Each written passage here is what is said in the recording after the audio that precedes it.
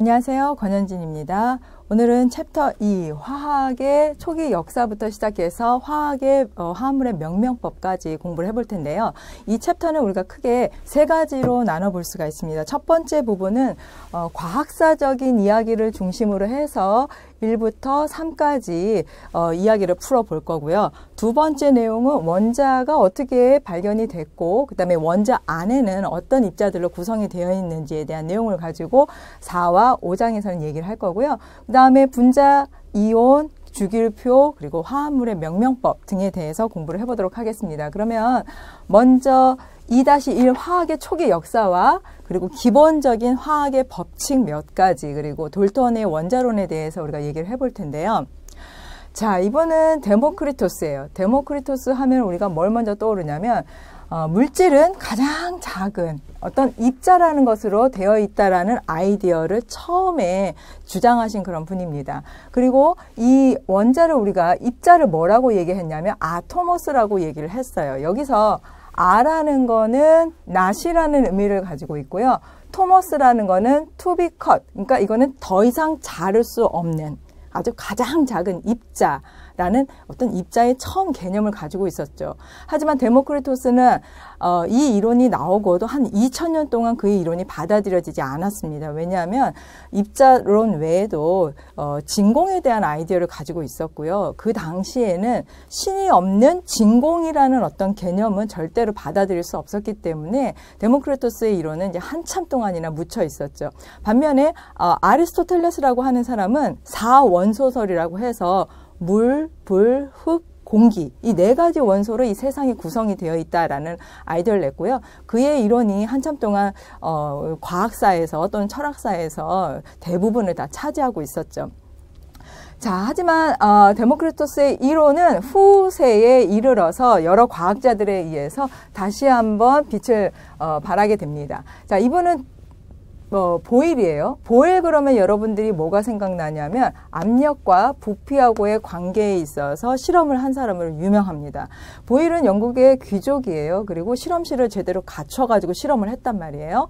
그 전에는 어떤 식으로 실험을 했냐면 실험을 하지 않았어요. 손을 다루질 않았고요. 사고로만 실험을 했어요. 또는 어떤 경험적인 내용을 가지고 이론을 이제 말하고 발표하고 했었지. 이렇게 보일 시대에 이르러서 직접적으로 실험을 하고 이 실험을 한 내용을 가지고 자료를 축적하고 있었던 것은 거의 처음 있었던 일이기 때문에 우리가 보일은 정량적인 실험을 최초로 실시한 사람으로서 굉장히 유명하고요. 나중에 이제 우리가 기체 파트를 공부할 때 압력과 부피하고의 관계에 대해서도 한번 얘기를 할 거예요. 이 당시까지만 해도 진공에 대한 이야기는 그렇게 받아들여지지 않았지만 이미 진공 장치를 만들고 그다음에 공기 펌프를 이용해 가지고 진공 상태를 만들어서 어떤 기체들의 압력과 부피 또 온도하고 해서 그런 상관관계를 밝혀내는 그런 실험들이 점차적으로 쌓이기 시작을 합니다.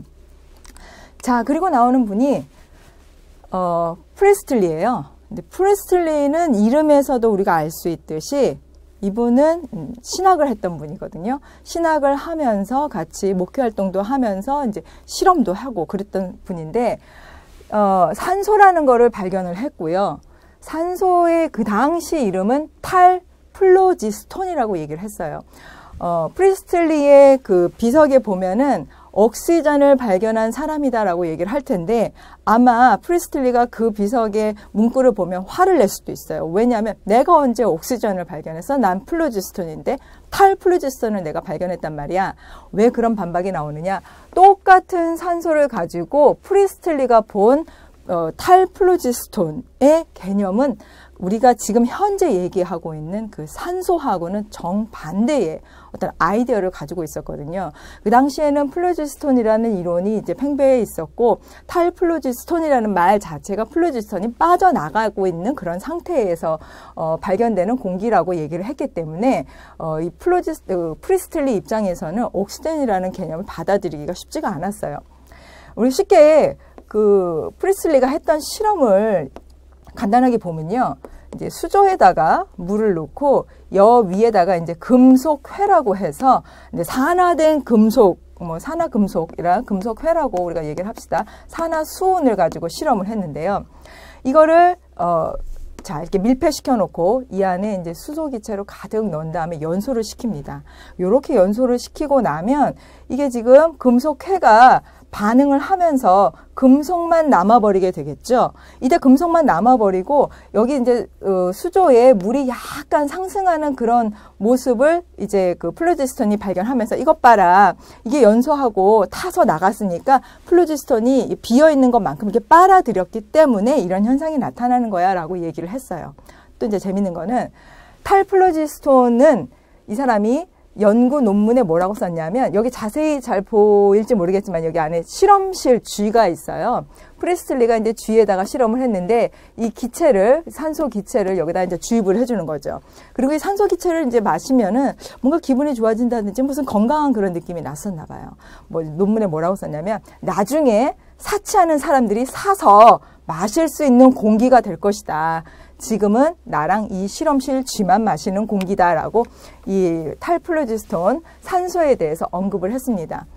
그리고 과학사에서는 플로지스톤 이론이 굉장히 큰 지금 현재로서는 아예 없어진 이론이지만 또 다른 큰 비중을 차지하고 있어요. 과학사 공부하고 싶은 분들은 따로 한번 찾아서 어떤 내용인지 밝혀보면 좋고요. 우리 일반화학에서는 그가 탈플로지스톤 즉 오늘날 산소라고 얘기하는 기체를 발견했다. 자, 그 다음에 이제 라부아지가 나오는데요.